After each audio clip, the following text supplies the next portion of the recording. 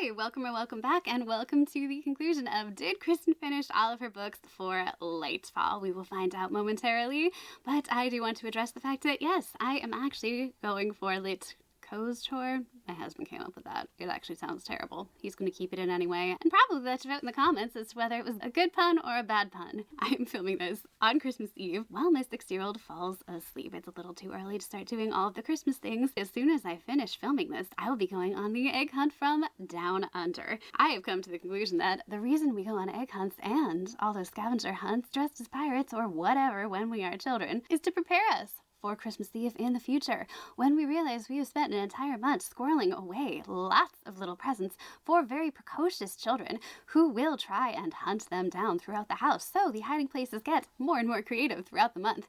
And then we realize on Christmas Eve, oh, we have to go back and remember all of them. And if you forget the wrong present, you may ruin Christmas. No pressure whatsoever. But I needed a little extra comfort tonight, so here we are. And you know what? I'm more comfortable in the dresses. This feels really weird. Now that we've gotten through the world's longest introduction, let's talk about Lightfall. And if you're wondering if I'm going to finish opening all those one story a day presents, yes, those will be at the end. So what I did for Lightfall was try and make sure that I did not stick to one genre. I read books from all different genres, a different one for pretty much every single prompt. This felt really weird, and it was different for me and felt not intuitive, shall we say, but it actually worked really well. It made me really excited to want to pick up every new book, and I wound up kind of picking up books in between books, which is something I always do, but not because I felt like I needed something more as I was going, but because I was just so excited I couldn't wait for the next book. So that was really fun and exciting. Let's get into what I read. Okay, the first one I want to talk about is Smith and Friends and Sons Arcane Goods and Such. For this we needed winter or winter elements on the cover. I finally read The Writing Treat by Julia Bartz. Now, technically I did read 2 thrillers, but I was told this one was a wild card. It goes off the rails. There are all kinds of things that go awry, and it kind of leans towards horror, and they're supernatural, so I wasn't counting this in any one genre. This was my I'm scared of you, I'm finally reading you book. That was a fair assessment, dear God. This is about a writer who's down on her luck, okay? She really wants to get published, and lo and behold, she has the chance to go on this writing retreat after traveling into the wilderness, past a nunnery, might I add, which really creeped me out, but ended up playing no part, surprisingly. She winds up at this big, giant mansion in the middle of nowhere, in the middle of winter, can you say? Snowstorm approaching, and we saw that much coming. She is at the house of her favorite writer. This woman is super rich from selling all these bestsellers. One stinker, we're not going to talk about that. They're very female-centered, horror-ish, creepy stuff, okay? It really fits the vibe of her house, I'm telling you right now. She is there with 4 other writers, including her ex-roommate. There's definitely some like sapphic vibe stuff going on. And they had this massive falling out, so that's going to be a little awkward, but she has plenty to focus on, because let me tell you, they have to reach their word count of 3,000 a day or they get kicked out of this retreat. Whoever writes the best book at the end not only gets to enjoy this magical month of mentorship from this amazing woman writer, but they get $1 million book deal. Sounds amazing, right? Did I mention the house is rumored to be haunted because there was this murder there, and like the husband like was upstairs and like viciously, brutally, bloodily murdered, and downstairs they found the burnt body of his wife, who apparently was some sort of occultist and making paintings under the orders of a demon named Lamia. That's just to get us started, guys. This book follows along, and you kind of think you know where it's going, and I kind of did figure out where it was going, but dear God, did it go off the rails? And did I have fun watching it for the most part? Kind of, maybe, sort of ish, and then by the end I had just had enough. I kind of guessed, based on everyone's feedback, what the big twist was going to be, and I didn't really want to read that, but read it I did. I would maybe give this a 3 at best, maybe lower. My problem with this book was several things. I feel like one person had a complete and total personality change halfway through the book, and you could say they were acting fine. But I felt like the writing was not up to snuff for what we were supposed to be reading. We were getting excerpts of this book that apparently was going to be a giant bestseller and make millions and was impressing everyone so much. And I felt like the writing was actually worse than the writing we were getting from Julia Bartz. And Julia Bartz's writing was like fine, but it was not like, it's a thriller, okay? We're not reading great litfic here. I was not stunned into silence by any of the sentences I was reading to begin with. And then to take on these topics that our main character ends up writing is based on the story of Daphne and Lamia and her husband. I should have been more horrified. I should have been more scared. I should have felt more. There were so many things they could have done with that story just as the novel that is being written within the novel, which is something I usually really enjoy. But I felt like Julia Bartz didn't want the writer in the book to be better than her, and she was not, and it made it really rough to read. When in fact, this writer needed to be better than Julia Bartz because this was the book was about, and that kind of got lost. Maybe that was the irony, that this book wasn't even that good, but I don't think it was meant to be a commentary on women's body horror writing. I just don't think the book was that good. Next up! Wallace's Wonderful Winter Wanimals. I had to read something with Aurora colors on the cover, and I chose The Spectacular by Fiona Davis. This was my foray for this readathon into historical fiction, and I really enjoyed it. Fiona Davis is a great writer. I didn't realize what she does, but I read a little bit more about her. I had previously read one of her books called The Magnolia Palace, and she takes landmarks all around New York City and does all kinds of research into them, finds some great unknown story about them, and turns them into a book. And I love that so much. She does take a lot of liberties with this one, but it is based on a true story. And that story is one I don't know why we don't know. The original story is based on this guy who for over 16 years terrorized New York City by placing all of these pipe things that go boom, boom, boom. He placed them all over New York City for 16 years. Was not getting caught, was literally cocky enough to be sending letters to the police because he was mad at his former place of work, the Metropolitan Power Company. And finally, the guy who basically cracked the case did the first ever psychological profiling. This is the invention of psychological profiling and how it came to be. How do we not know this stuff? This is actually interesting. Do you remember being bored in American history class in high school? They didn't teach us the good stuff. They definitely didn't. It was on purpose. I know, you know. But this was maybe spectacular. I'm so sorry. But this is about a girl who is about to get married in 1956. Obviously, this is slightly scandalous, but she makes it, and she goes and lives in this apartment building where there's all kinds of artists, opera singers, dancers, Broadway artists, you name it. It is amazing to see all this as a former theater girly. Oh my god. And it did feel a little Christmassy because I went and saw the Rockettes' Christmas Spectacular. Oh, who finally got the name of the book? Several times with my family growing up. We only lived like an hour from the city. And seeing how hard these girls worked, the crazy hours, the intense rehearsals, I mean the precision. Have you ever seen the Rockettes? Absolutely mind blowing, okay? And seeing like the cute behind the scenes traditions that you would never be privy to based on all of the interviews that she did with old Rockettes and the research that she did. Like, did you know this is like for good luck? All the girls would like lick their index finger and then like touch the underside of the girl's chin, like who went on after them, like right before they jump on stage before their numbers, like stuff like that. I was just in awe. And the descriptions of dancing were phenomenal. I was back in my dance classes in my old block ballet slippers, and like, you know what I mean? I just was so there. All of that was great for nostalgia. The story itself was pretty interesting.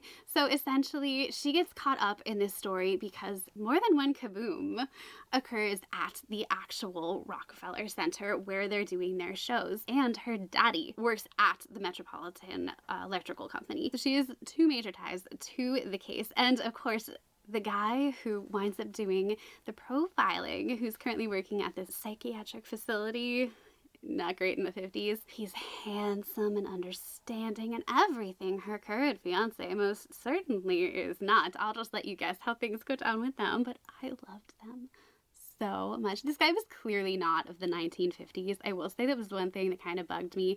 And her actions, do I believe a young, proper 19-year-old who was very sheltered prior to this would have done all the things she did? I don't know. Some of it did feel a little like built for the modern audience, and I definitely don't remember that with Fiona Davis's other book. But I had a great time reading this. I read this straight through from start to finish. This was actually the first book that I read, and I could barely put it down. I wanted to know who was behind this, what was the mystery, what was going on.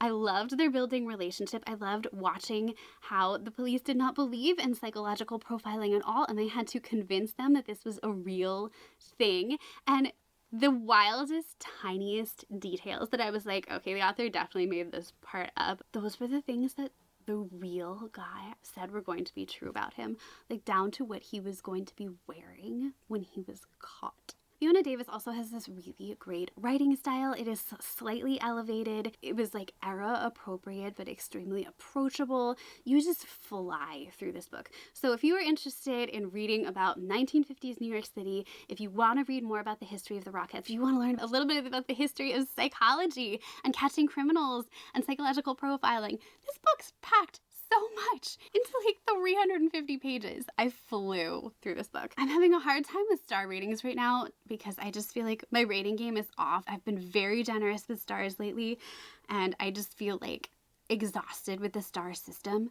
But I really, really, really loved this one, and I do think this is probably like 4.5 stars. Up next was Shank and Shaw Legitimate Retailer. Read a book that will give you chills, thriller, or romance. Okay. Alice Feeney's Beautiful Ugly. First of all, I didn't realize she had another book out in between Daisy Darker and this one. It was like Good Girl, Bad Girl. And like I looked at that and I was like, I don't know if I'm gonna like you. Do you ever pick up a book from an author and you're just like, oh, I feel like this is not gonna be one of your good ones? I don't know what it is, but I do that sometimes. I did that with that one Ruth Ware one, 0 Days, and everyone hated it. So maybe I should trust my instincts. Let me know if you read that one by Alice Feeney and if I'm just like crazy or not. Maybe I have something against umbrellas. All I remember is a giant umbrella on the cover. I don't know. This is a story about another writer. I know. What are the odds? And he is so in love with his wife, and he is about to find out if he's finally made the New York Times bestseller list when he gets a phone call from her, and he's like, you're late. And she's like, I know, but I picked up fish and chips, which is their like really cute tradition when something good happens for them. But all of a sudden, he hears her like slam on the brakes, and he's like, are you okay? And she's like, oh my God, there's a body in the road. And he's like, don't get out. Just stay in the car. And she's like, no, it's a woman. I can't just leave her there. Silence. That's it. He goes back out to like check on her, and like the car's there, but nothing else. And then we fast forward a year. He hasn't been able to write a thing. He is devastated about his wife. So Kitty, his agent, is like, look, honey, I know you missed Abby, but Grady, dear, you need to write a book. You're under contract, and you can barely feed yourself and your dog.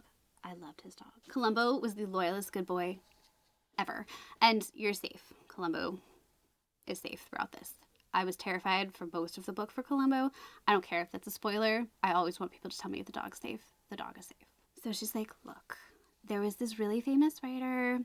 He left me this random cottage on this super isolated island out in Scotland. There's basically no self-service. There's like a grocery store, a restaurant. You will have nothing to do there but write. Like no distractions, no internet. I don't even think this guy left a TV in his cottage. Maybe this is what you need. And Grady's like, nah, me and Columbo will go. So he goes, and this island is stunningly beautiful. It is off of Scotland. It is called Amberley. It is gorgeous. Okay, like I want you to think purple heather and like these gorgeous forests. And someone planted these amazing redwood trees over there, which aren't supposed to exist outside of America for the most part, but I think there are some somewhere else. Whatever. I didn't look it up. But he gets there and he's like, all right, like this is my life. And then he sees a woman on the island who looks just like his missing wife. And that's like all you get. So I was like, this book is either gonna go like super weird, supernatural. I was not sure what Alice Feeney was going to do with this? Are we going to keep like chasing and hunting this woman down? Is he hallucinating? And then I started being like, okay, I'm predicting this. I think I have this book figured out. The writing was really beautiful about love. There were so many lines where I was just like, that is what love is. That is what love feels like. This is so sad and beautiful. That is what grieving feels like. Like, I was super impressed with her. And we keep going and we keep going. I'm like, yeah, I got this. I think I figured this out. I think oh, no, that got, okay. No, I'm back on track. I think I got this. We're chugging along. And, oh, what the ever-living what? The twist was probably the best twist I've read all year. This twist had me in its death grip. I just read like 11 thrillers with a Goodreads awards, and I don't think any of them had me this like, I had to like reread things, and I was flipping back through the book going, no, yes, oh my god, you can't, that's not, I haven't been this like taken with a twist in a book. I can't tell you the last time. This one just did me in, and it was absolutely 5 stars. And I have given thrillers 5 stars that didn't like completely shock me, and I saw it coming because I loved the setting and they were well written and the characters were great and the atmosphere was great, and it's like what I want when I pick up a thriller. I don't necessarily need the mother of all twists, but oh my god. And then we get to like the last 2 pages. And I was so mad. I hated it. Look, Alice Feeney wrote the perfect thriller. The perfect thriller. And there were 1 of 2 ways that it could end. And I didn't want it to end either way.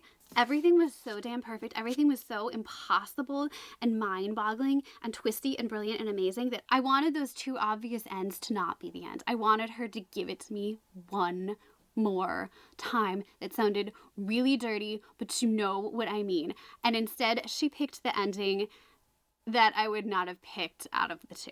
I was so disappointed.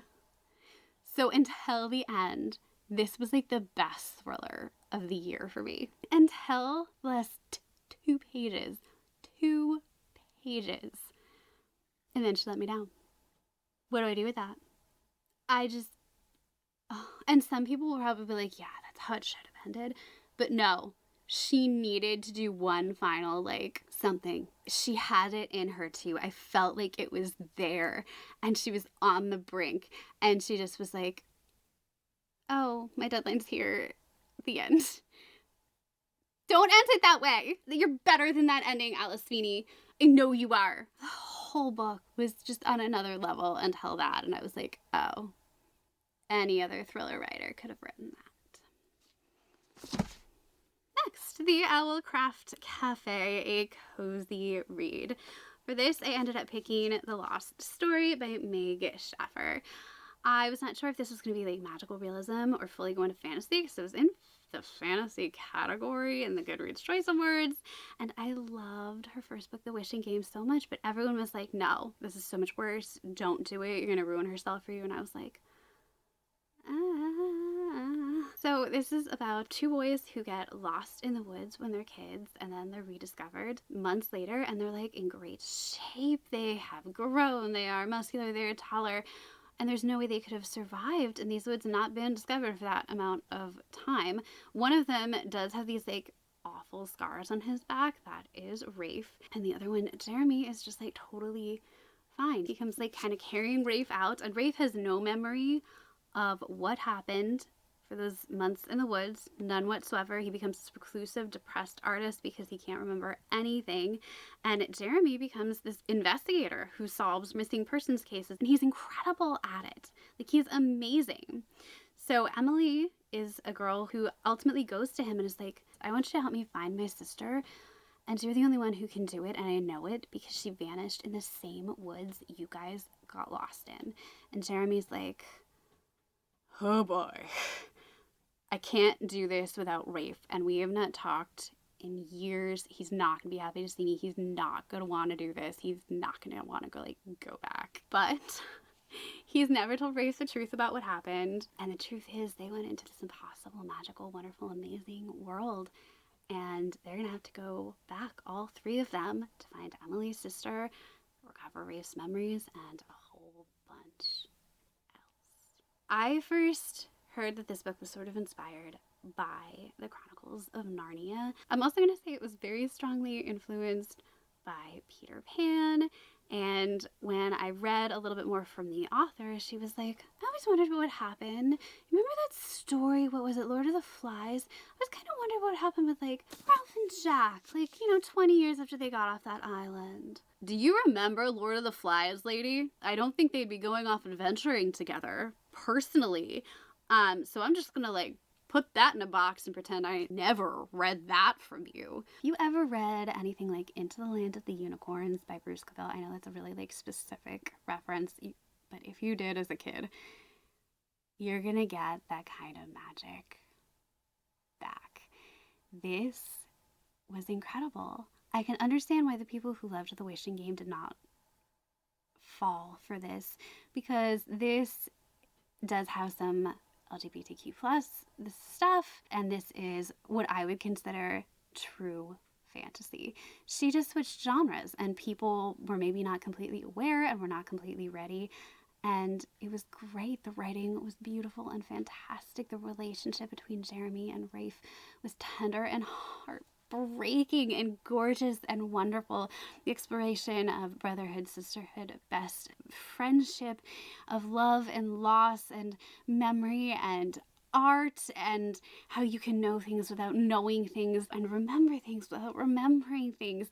And oh my God, I loved this book. This was truly magical. If you were that girl with the unicorn notebooks and you spent days dreaming about your own world and imagining, what if I could be a princess somewhere else? What if I could escape all this? This is for you. This is your book. Go read it. Or if you were a boy who wished you could be a prince or a knight in another land, your book. The negative reactions to this I feel so bad about, and I don't think maybe it got a fair shake because it was just not marketed right, but oh wow.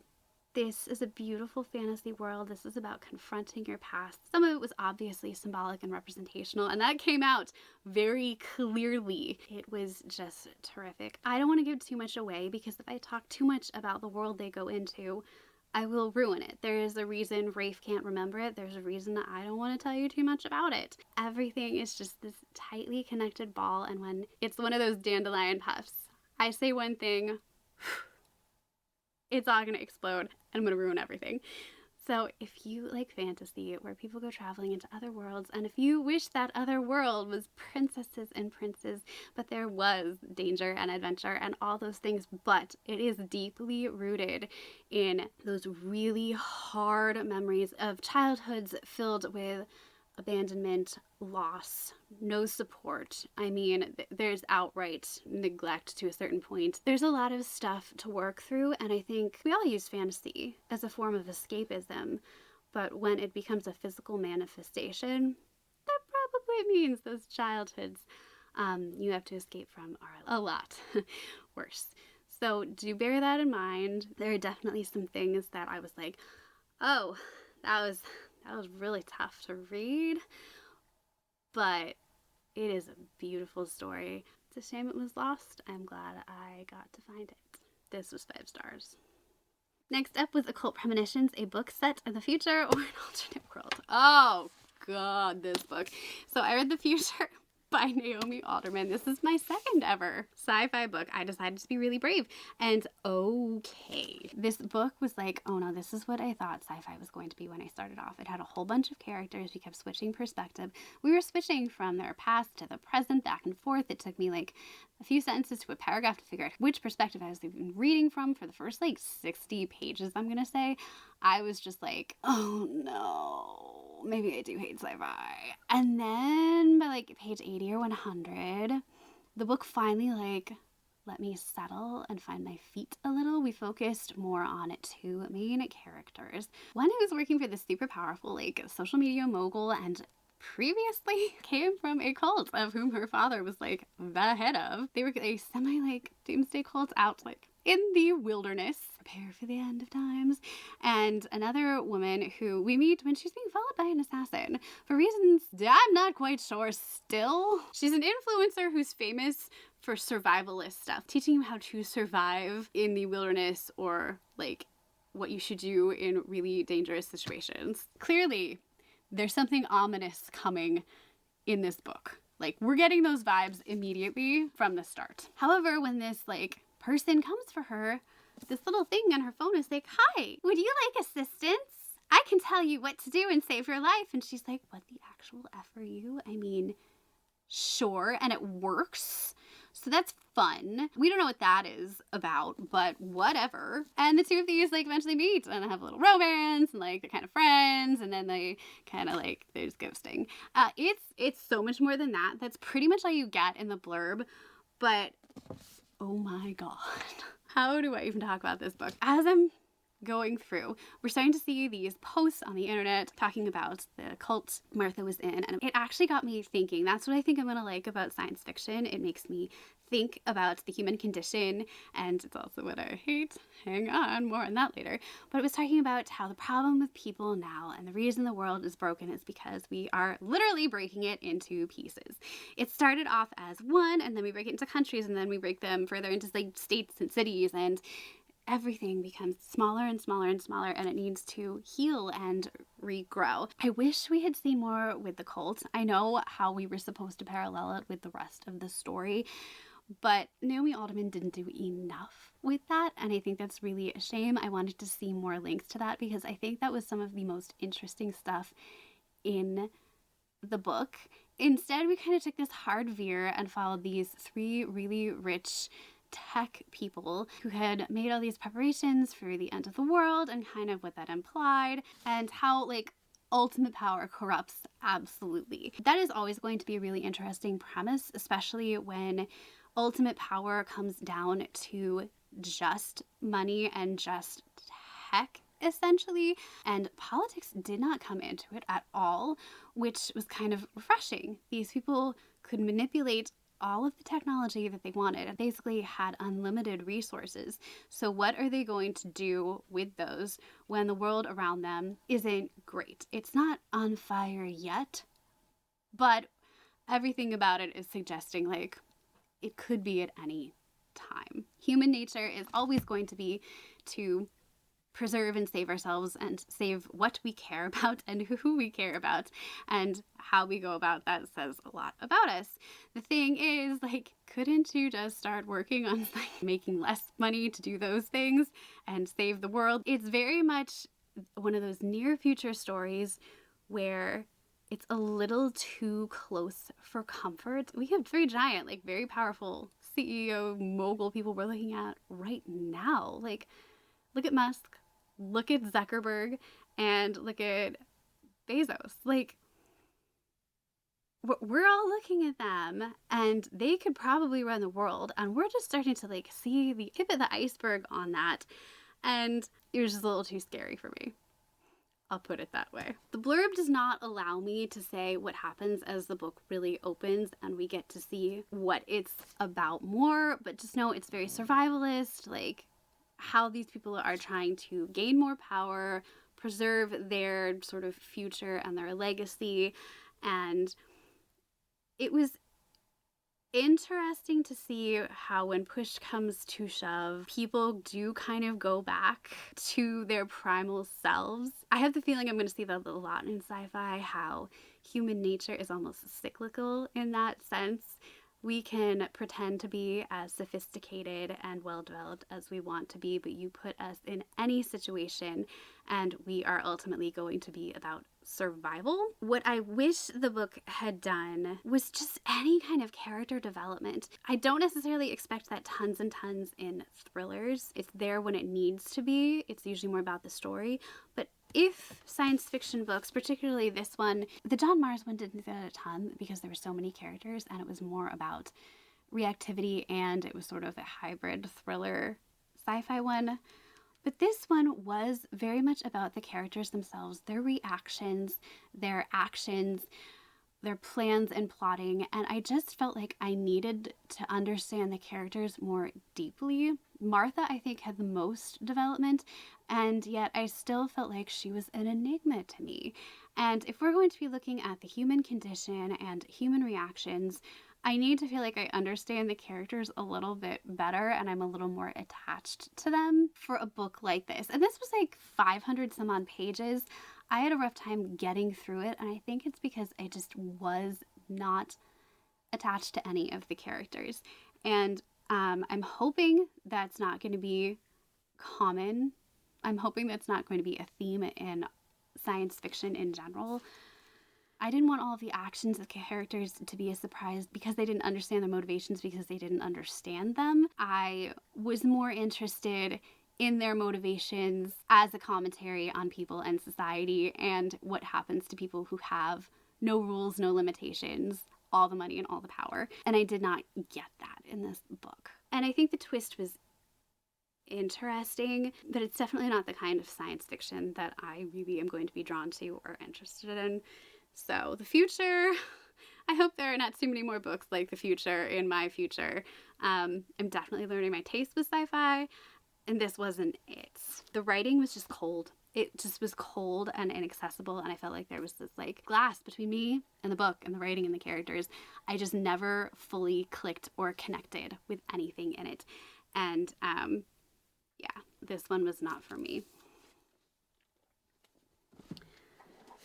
After this, The Rich Pigeon Pub, read a book from 2 or more authors. I read The Paradise Problem from Christina Lauren. They're 2 besties who write together. And this was about Anna and Liam, and they kind of got married. It was a fake marriage in college because they were both struggling with money and they needed subsidized housing, basically, which was available for married students at UCLA at the time. Anna didn't realize that like fully got like dissolved exactly, and Liam now needs her to go fly off to a beautiful paradise island and pretend to be his wife there so he can collect his inheritance. And obviously he's going to offer her a nice lump sum of money to do this because he has to be married for a full 5 years to get this inheritance.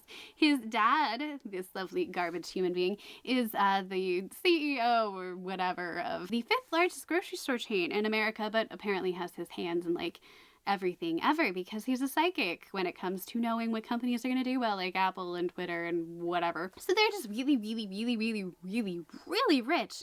And this clause about his inheritance is to make sure he found love. Thank you, Grandpa.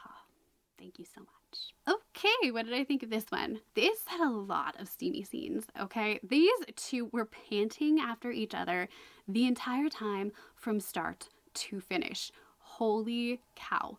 I don't think I remember all of her books being quite this, what is the word I'm looking for, horny. I loved The Unhoneymooners. It was my first Christina Lauren. I read it like back to back with like, The Hating Game, and I was just on like a roll.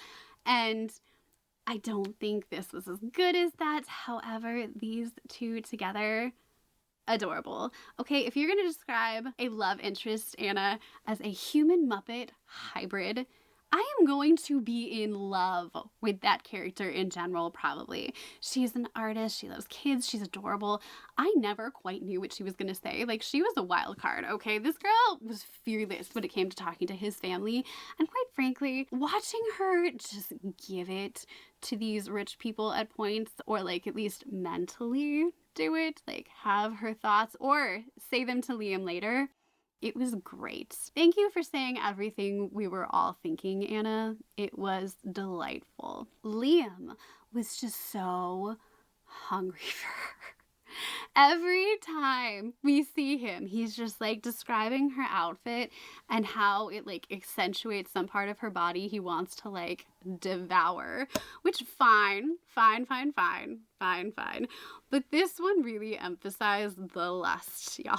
It definitely had its funny moments. It had its sweet moments. It had those moments where like you just got the spotlight on them and it was pure fun. The family drama was a lot. But watching Anna pretend to try and be rich and pretend to know everything and be like, oh my God, the only thing I'm going to be able to say if they ask me his shoe size is like larger than average, wink wink, I was thoroughly entertained. Is this a book that I'm going to remember forever? No. Was it fun and did I enjoy it? And was it a fine rom-com?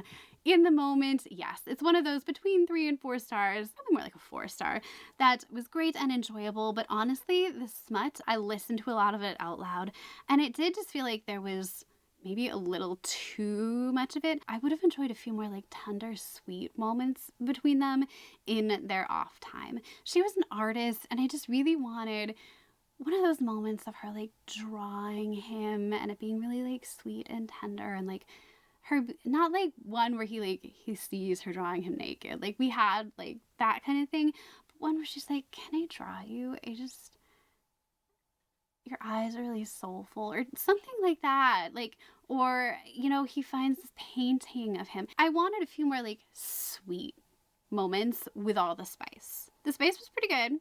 I'm not gonna lie. It was fine. I don't think it was Christina Lauren's best work necessarily, but it was some of her best like after moments, like them at the breakfast table with him at Hickey, or him like passing her this piece of fruit because she's like, "I know he's thinking about that thing that was truly an inspiration from God that I did with my tongue before," and he gives her a look and he's like, yeah, like stuff like that. I was highly entertained. And in the resolution, I would have really liked to see more of like everyone we saw kind of coming together and how that worked out in the epilogue, but I'm just being nitpicky. It's a good, solid romance. I would recommend this for sure. It's like a nice beach read. It's a gorgeous paradise island. You're gonna enjoy it.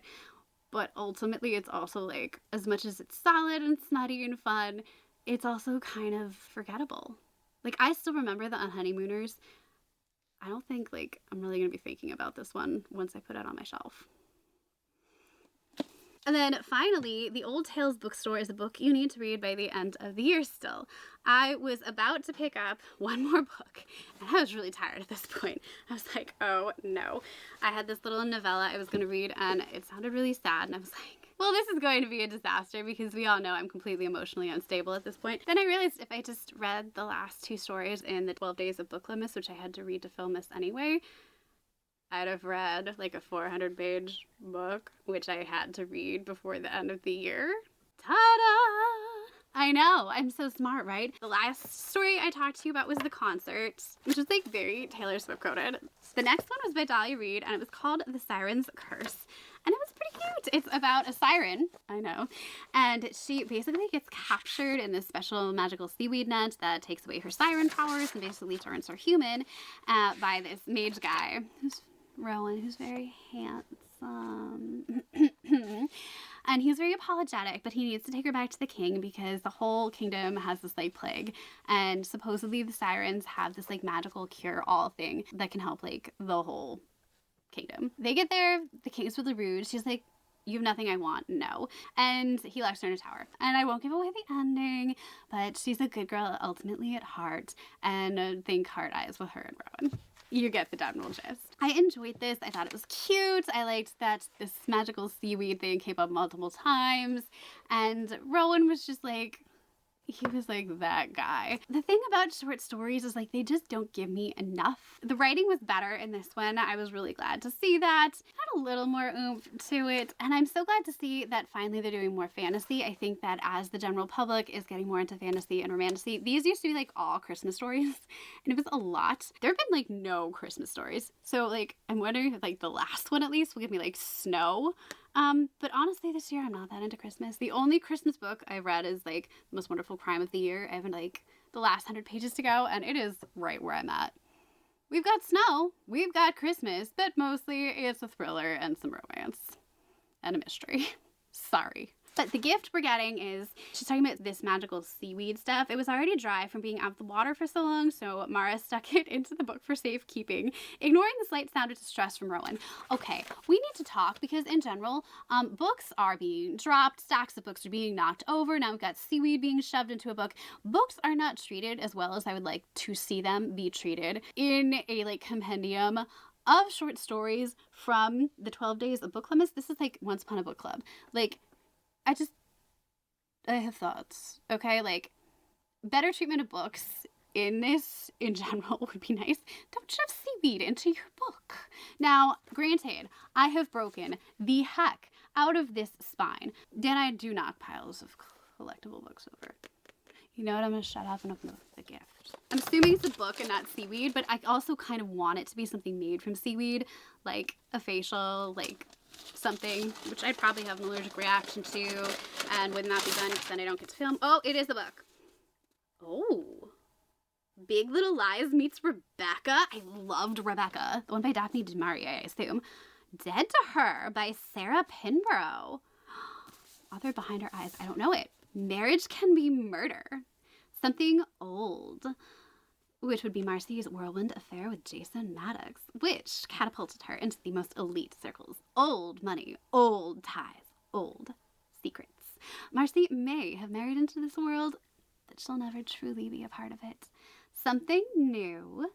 Then Jason's boss brings home a captivating new wife from his trip to London. Young, attractive, reckless. Nobody can take their eyes off Keisha, including, oh dear, Marcy's husband. Something you can never, ever undo. Oh, I don't remember that one. Some people would kill for the life Marcy has. I suppose that makes them something blue. Whatever will she do to keep it?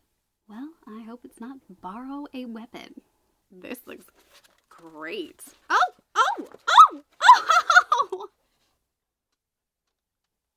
No, stop it. There's a bookmark with seaweed on it. I'm dead. I'm dying.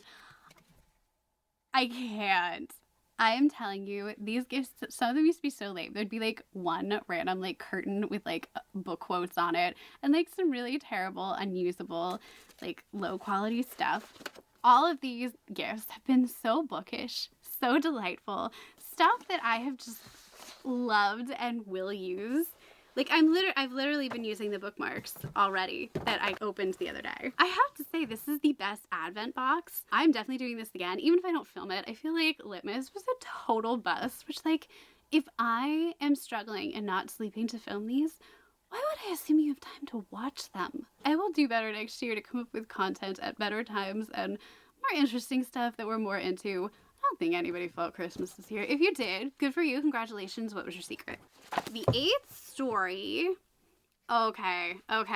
So this was really, really sweet. It vaguely reminded me of the mistletoe motive, which I read last year, which is like two rivals in a bookstore at Christmas, and like they're supposed to be like fighting it out for who's gonna get to stay on at the bookstore because it's not making as much money as it needs to, and they end up falling for each other instead. It was really sweet. This has basically nothing to do with that, except there's a bookstore and a guy and a girl who kind of clearly have feelings for each other. But I thought of it. You're welcome. The Luckiest Find by Kate Collins. This was really sweet. This is about Declan, who owns Lucky Find Books. And when he explains at the end of the story why it's called that, like ultimate melt. But he has a thing for Emma, who comes in like every week and buys a book, and she is always wearing this really pretty like sapphire ring, and one day she comes in and it's around a chain on her neck, so it's such a conversation about it, and she's like, he's known forever it's from someone named Harry, and he's like, oh, I can't have her, and we immediately see that like she's clearly into him and not like whatever the story is, she's single and they're just being like shy and stupid. And then Emma loses the ring, so she runs back to the bookstore to see if it's there. But they're really sweet together. You normally get one really outgoing character and one really shy character. This time it's two shy characters overcoming that personality trait enough and trusting the other person enough to like say something and do something and like be together. Like, it was just, this one warmed my heart. It really did. These two were so cute. I'm sorry. And it's all in a bookstore, and like it's snowing outside, and like I just love to sweat. Why does this have a black mark on the bottom? Wait, are we getting remainder books from Once Upon a Book Box? We are. Look. I guess that's how they're cutting costs. And this book was not selling, and that's how they're doing some of these amazing gifts. The others definitely weren't, so I'll discover a new author. I know there's like a thing about buying remainder books, but sometimes those marks are just like on books that are on sale, and I don't know. I don't have to take on the emotional implications and ramifications of that. But the gifts for this one, and I'm curious because you'll see in a sec. As he carefully lifted the copy of Pride and Prejudice, he caught a glimpse of something shiny on the floor just beneath the pages. I'm kind of hoping it's a ring. I don't think they're giving us sapphires, but I finally found my perfect copy of Pride and Prejudice. It's like the penguin cloth bound one. And I already had a copy before that, like the plain penguin one, like that I read, I think just for fun in college because I'm a big nerd. So am I about to open another copy of Pride and Prejudice? There might even be another one that I bought secondhand that I thought was cute. Am I? I feel like everybody has a copy of Pride and Prejudice. Maybe a really pretty... Wait, you must allow me to tell you how ardently I admire and love you. But it's not a book. What is it?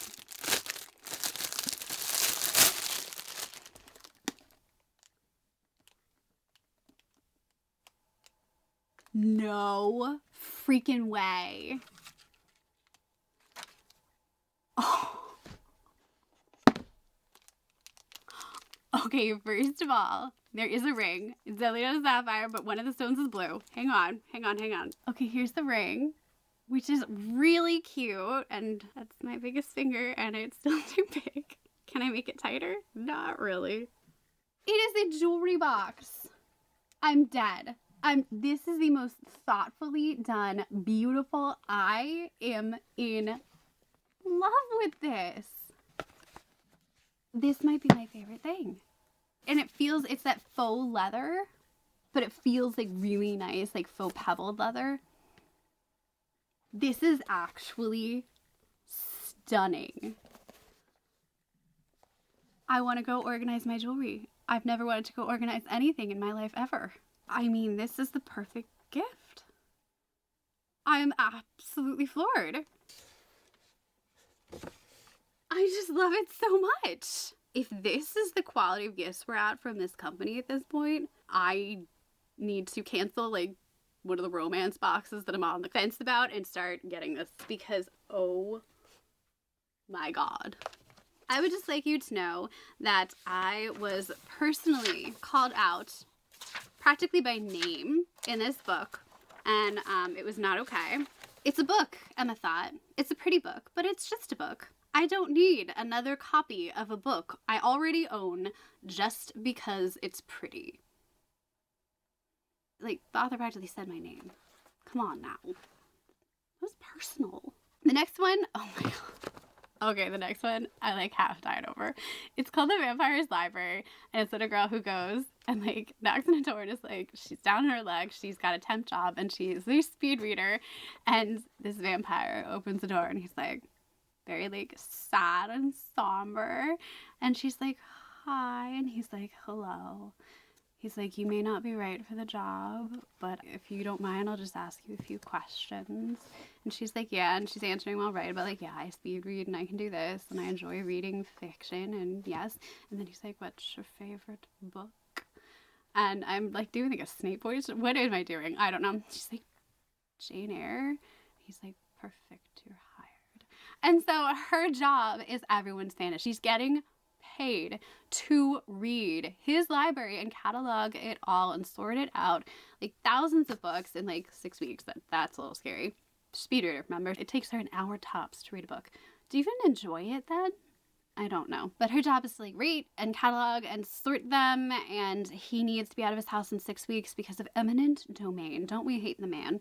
They're gonna knock his house down that he's been in since like the 1800s or something, and he needs to like have everything packed up and sorted and get out. So that's the general story.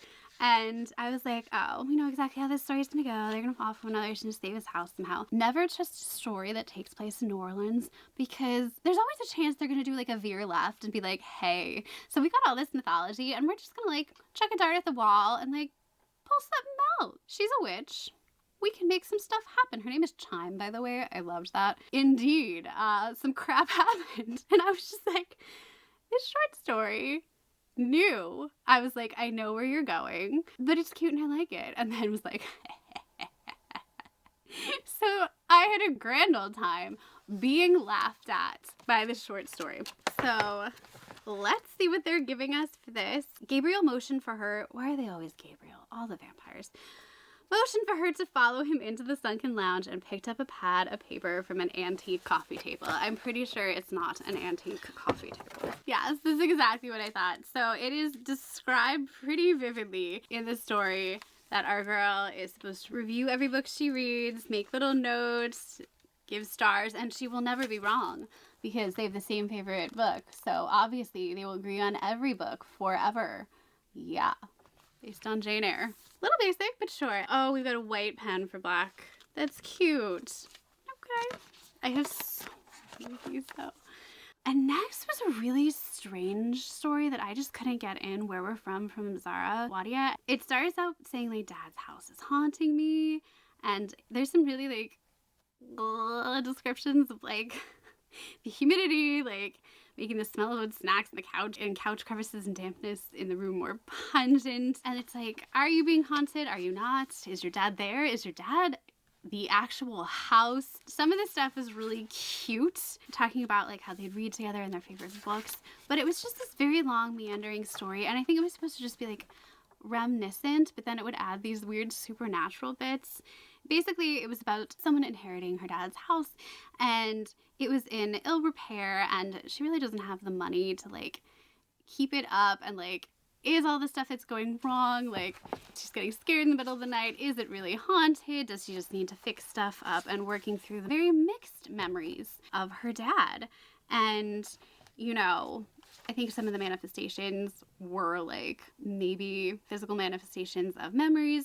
The only place that was perfect was the study, and those were, you know, her perfect memories with her dad, talking about books and reading books. And then it got really like weird about literature. All of a sudden the language got really elevated, talking about like the diaspora and some like comparative literature, and like the story was just so all over the place. I don't know how to analyze it or even really tell you fully what it was about. But let's just open the gift. This one wasn't my favorite, and I had a hard time getting through it. I felt like it had a lot of potential. It just needed to be longer or edited, or I don't know. But I leaf through the pages and a folded note appears between them, a makeshift bookmark. I'm guessing bookmarks are a book. Looking like a book.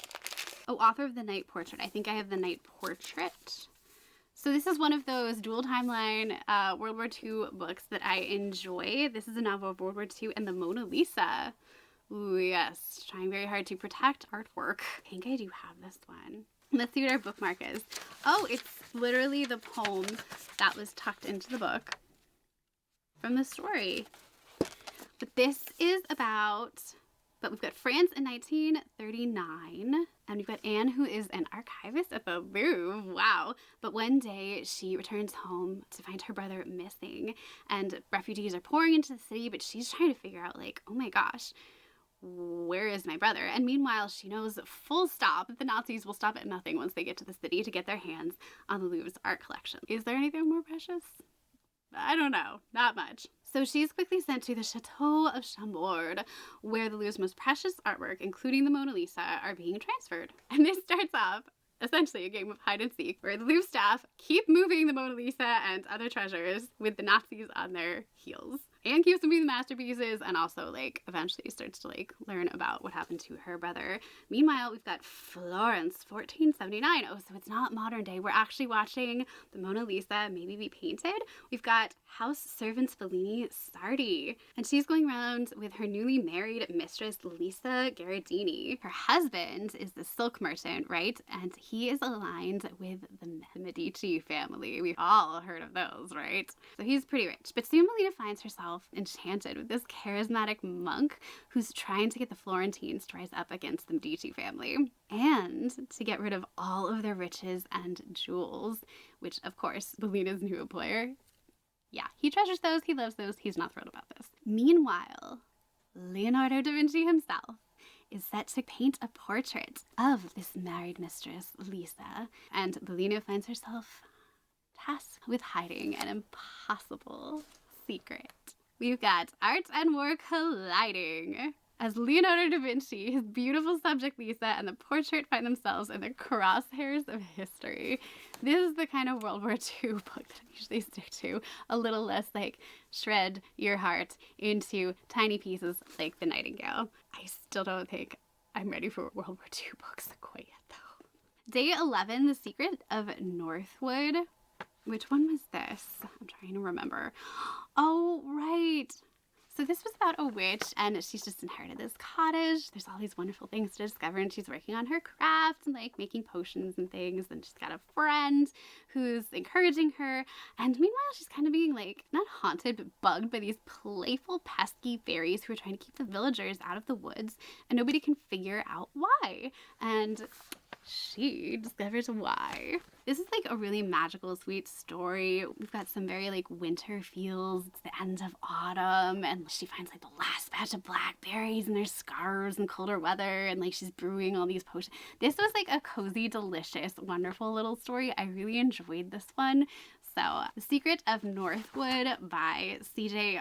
Houlihan definitely was a good one for me. Let's see what our gift is. She stooped and collected the remaining cups, then returned to the warmth of her little house for the night, hope filling her heart. Like, that's the story it is. Like, that's exactly the kind of story it is. They're talking about these wonderful magical measuring cups, and if mine cannot also collect things like moonlight, I'm gonna be a little bummed, not gonna lie to you. Hand wash only. Once upon a book club, do you oh my god, they all have little like, they have writing on them, not just the one cup. Hang on, like they're story print. Okay, that's actually really cute, but hand wash, you're pushing me here. But I guess like, how hard is it to get sugar and flour off of a measuring cup? As long as I don't use them for anything too rough, I guess. They're never getting used, are they? Pretty box. And the last story, which I was so like, it's definitely gonna be Christmassy, was about a guy who runs an adventure company who takes people into the woods so they can see Bigfoot.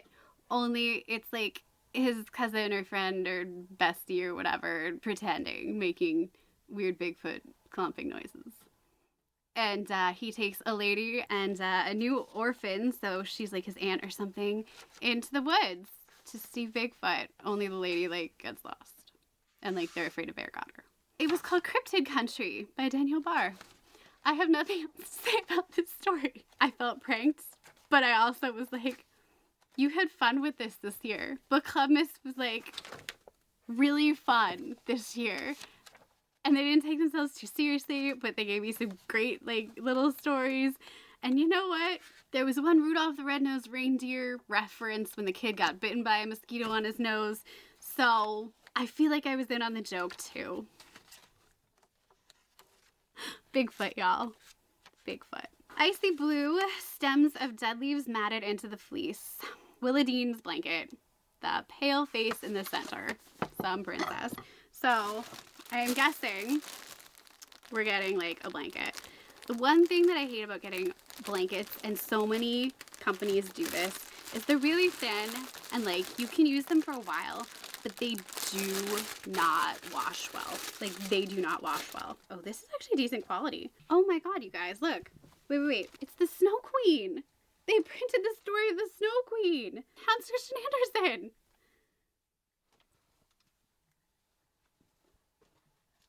They went so hard, and this is a little like thicker. It has the like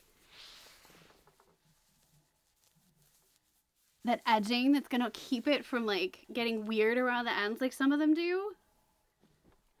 Well, I spoke too soon.